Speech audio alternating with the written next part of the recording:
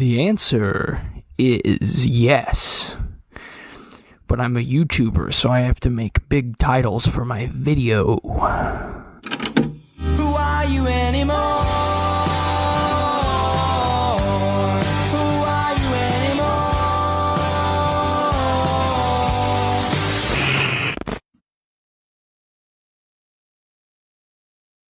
What's going on, guys? Grammy Corruption in the Mix back here with another video, and welcome to the second episode of Best Moments, but I'm gonna rename it, because I had this bright idea. Instead of Best Moments, you guys know Greatest Hits? Let's call it Greatest Bits, because it's the best bit of the song. Today we're going to be talking about Michael Jackson's Thriller, an album I think everybody on this planet Earth has heard, if you're a music aficionado. Yeah, I mean, I think it's an amazing album. I hated having to title the video this, but that is what we're doing. We're going to answer the question, is it as good as everybody says it is? It is, buddy. But yeah, I'm going to be going through every song and talking about my favorite elements, my favorite part, the greatest bit of all the songs. Thriller, released in 1982.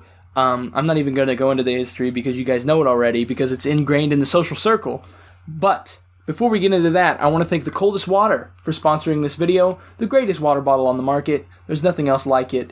Yeah, stan these folk. The album opener, Wanna Be Starting Something, is very acclaimed in the fan community. I've said time and time again, it's not one of my favorites, but I don't mind it though. But my favorite, the greatest bit of this song, in my opinion, would have to go to those backing vocals, and I say that a lot in this review. I just love the vocal arrangement, and I think that I have written on here, it's Michael and a guy named James Ingram, and I'm sure it's a bunch of other people, but those are the two listed on Tidal as the main background vocalists. And I love how well their vocals go together, how well the mix is. You know, I say and with a lot of Michael's studio albums that they desperately need a remix, because this is obviously just like a scan of a CD, and it's not like a actual digital mix, which I think it's something Michael really needs, is brand new digital mixes of all of those albums. But this one sounds great. You can hear it in the mix fine. I wouldn't change anything about this mix, to be quite honest. Someone's always trying to start my baby crying, talking, squealing, lying, saying you just won't. So yeah, a lot of people will be like, oh, how do you not Want to Be Starting Something? And it's not that I don't like it, I would cut a few minutes off of it. I honestly think this would be a much better 3-minute, 30-second, kind of like Working Day and Night track. But I think the song's great. I think it has a good hook. I think it has great vocals. Everything's good about it. Just like the 6 minutes kind of pushes me out of it, if we're being honest. Boo this man! Track 2 is what some will call the most underrated song on here. It's called Baby Be Mine. Just because it was one of the only songs that weren't a single. There's only 2 songs on this album that wasn't a single or a B-side, and this is one of them. Baby Be Mine is great, but I can understand why it wasn't a single, because it's nothing too special. Something like Billie Jean, it's Billie Jean, but Baby Be Mine, it's just Baby Be Mine. But then again, it is very underrated. I like it. I think it's chef's kiss. But the best bit actually has nothing to do with Michael. I'm going to give the best bit to The Sense by Greg Philliganes. I literally told myself how to say it like 5 times before I started filming this.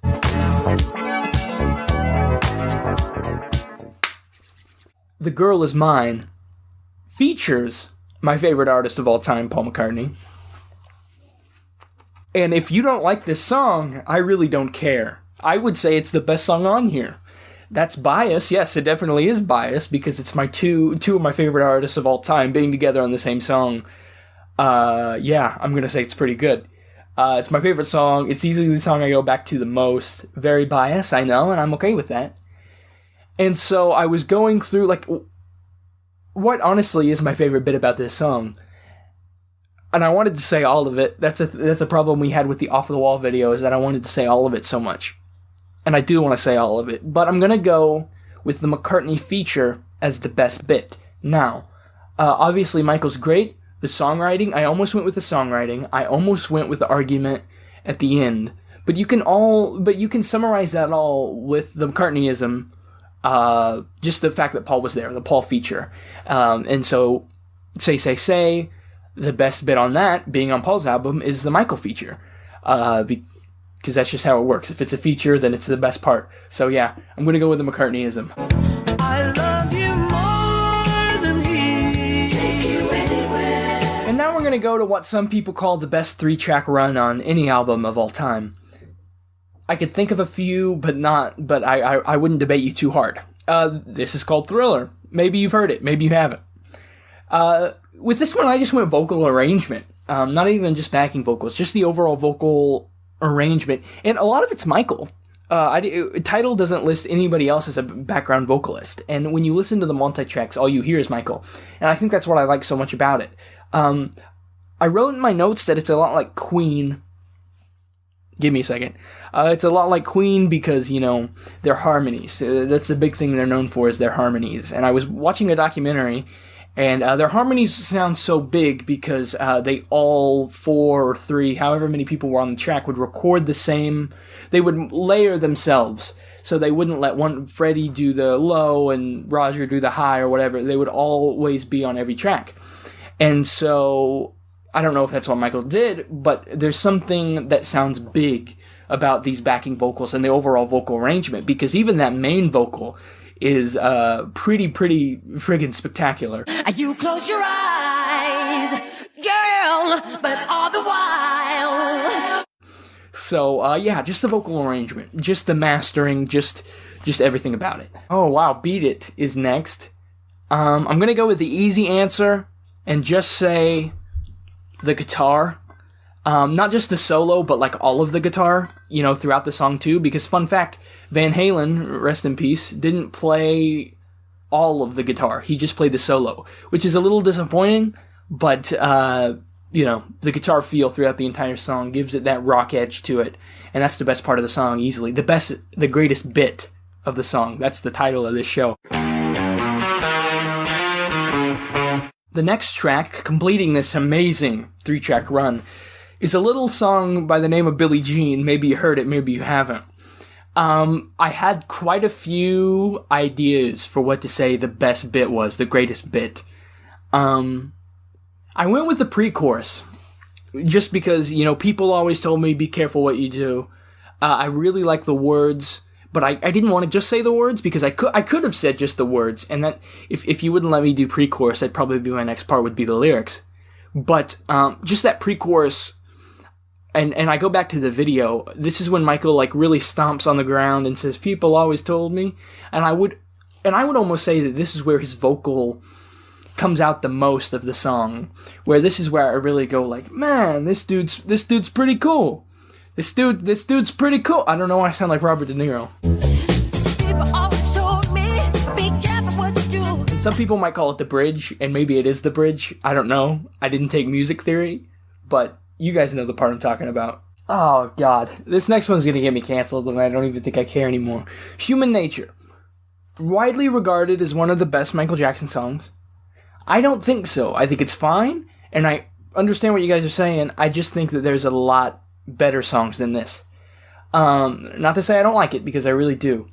I'm gonna go with lyrics as the greatest bit, just because, I don't know, I love the story, and I'm not gonna paraphrase the story, but I would recommend you guys look up the story that the songwriter Steve Picaro and John Bettis have behind this, because I think it's a lot of Steve's work about something his daughter did on the way to school, or something like that. Really good story, and I don't know, I just love it. And especially the feeling you get with this song. You're immediately transported with the, darkness and lights and all that, and it's really cute and really fun. And yeah, it's a good song, just not Michael's greatest song ever. If this town is just an apple. Is that cancel worthy? I don't know. Another song that was not, it was big on its release, but another song that recently in the 2010s has become a bigger part of Michael's discography is P.Y.T. And again, another fine song. It's P.Y.T. I'm not going to critique pop godliness, but I'm going to go with keyboards. Synth and keyboards are kind of different. Again, I haven't taken music theory, so they may be the same thing. I don't know, but I know what I'm talking about, and I'm about to play the sample of what I'm talking about. I feel like that beat really carries the song. Obviously, you know, that's not saying Michael's voice doesn't carry the song, but I think that overall, if you took the synths away, or the keyboards away, you wouldn't have such a dancey song. I don't know what I'm trying to say, but I like this part, and you can't tell me different. You know, I think I'm so funny scripting these and writing all of it, like it's just going to be a funny joke when I record the video, but that's what I wrote for Lady in My Life. But again, I'm going to go with lyrics, just because, you know, Michael has personal love songs, sure, but this one feels very personal and very, can I say sexy without being demonetized, in a way that there's so much romance. For me, I think the greatest love song of all time is either If I Had a Gun by Noel Gallagher or Your Song by Elton John. Both very personal, amazing songs, and I feel like that's what makes a love song so good. Don't think Michael wrote this one. I can almost guarantee Michael didn't write this one. But as much as I don't like songs that aren't written by the artist, I will give an excuse to this one and say that it should be widely regarded as one of the greatest Michael Jackson love songs in his discography, and I feel like it doesn't get the love it deserves. But those lyrics, man. There'll be no darkness tonight. So, yeah, that was Michael Jackson's Thriller, released in 1982, and is one of the greatest albums. Would I say the greatest pop album? Probably. Of all time. There's nothing to say that can't be said about it. If you haven't heard it, I don't know how or why you're on this channel, because that's all we do is talk about Michael Jackson. I'm going to cover Bad, hopefully next week, and that's what's going to really get me canceled. But, yeah, I hope you all enjoyed. What are your guys' favorite parts of all these songs? Very important to know.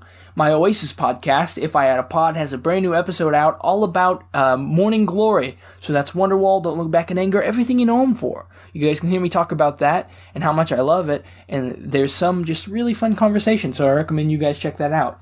I'm on Instagram, Mixing History, and on Twitter, @HistoryInTheMix. So those are very fun to follow me. Weekend, Abel Tesfaye was robbed of a Grammy, but you guys already knew that. So thank you all for watching. Please like, comment, subscribe for more, and remember to always make that change. Instead of that, it's Something's wrong with the CD! What the hell is going on? Just...